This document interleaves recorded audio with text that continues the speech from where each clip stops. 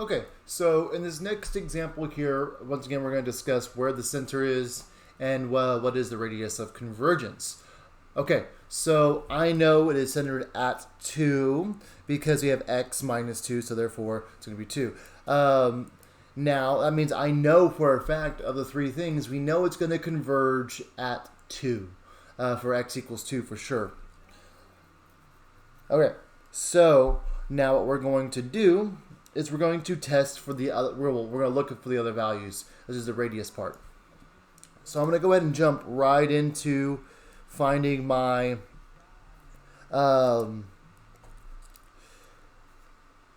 ratio test.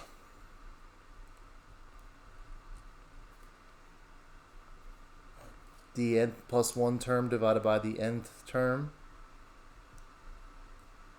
Automatically, I do notice that my 3 will cancel out here, so I'm not going to write that in the next one.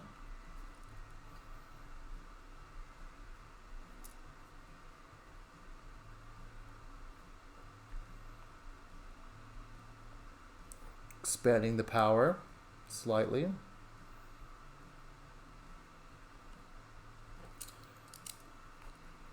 Then from here, I notice that those two cancel out. So now I have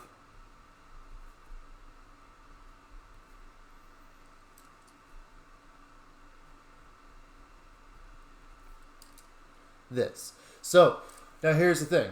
Remember from the limit comparison, the ratio test, that this series, the limit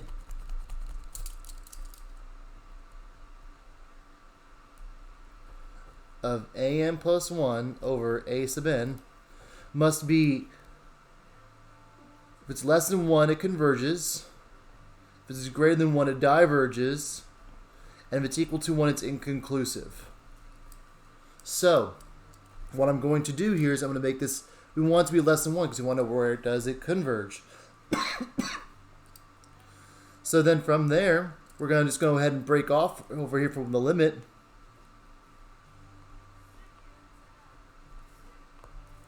And then I'm going to rewrite this absolute value as -1 less than x minus 2 less than 1. So now I'm going to add 2 to both sides.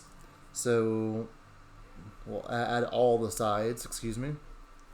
So I have 1 less than x less than 3. So therefore, my radius of convergence is 1.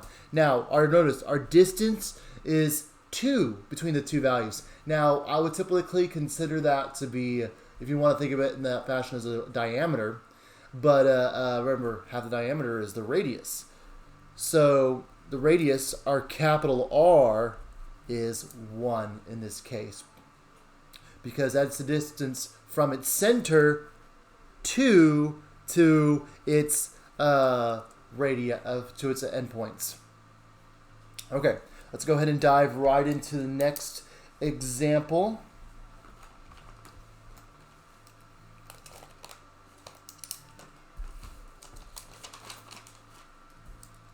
The next example being, let's see here, it's a series as n equals 0 to infinity of -1 to the power of n, x to the 2n plus 1, 2n plus 1 factorial. Okay, so I know this is going to be centered at 0. I'm going to go ahead and jump right in and say, well, the limit as n approaches infinity. I'm not going to write the absolute value of the -1 to the end because the absolute value knocks the negative power off completely. So up here we'll have 2n plus 1 divided by 2n plus 1 factorial times the reciprocal, which is going to be 2n plus 1 factorial divided by x to the 2n plus 1. All right, so this and this guy down here both simplify to 2n plus 3. Because we distribute the 2, we get, and then 2n plus 2 plus 1, which becomes 3. So I'm going to go ahead and rewrite that really quickly, just to make sure that written nice and neatly.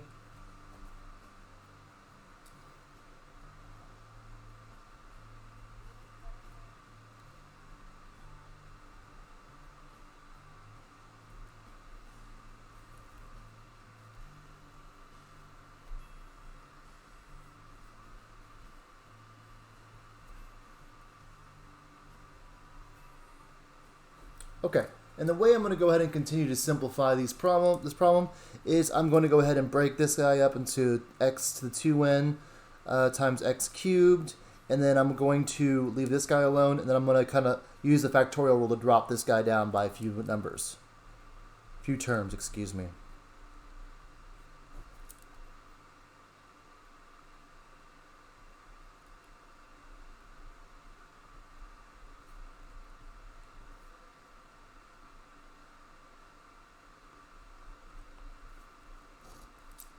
Okay, then 2n plus 3 times 2n plus 2 times 2n plus 1 factorial.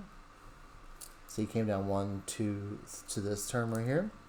X to the 2n times x. All right, so now I can start seeing things I can simplify.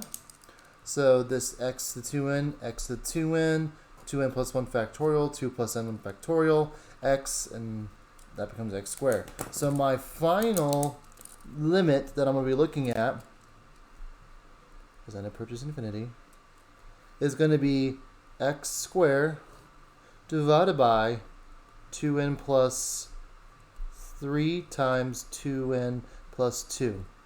Okay, so now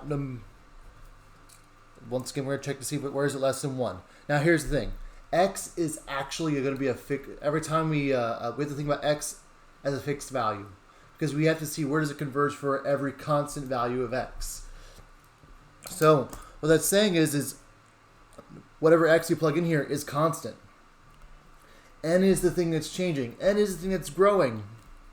And because this is all growing, we know that this is a bottom heavy. It's going to be our limit as it approaches infinity is associated with 0, because our denominator is constantly growing and we have a fixed numerator. So therefore, we can say, well, because that is the case, no matter what value of x we have, all values of this series will converge. So I would say that the series n equals 0 to infinity of -1 to the n x to the 2n plus 1 over 2n plus 1 factorial converges for all values of x, which means that the radius is infinity. So our r is infinity.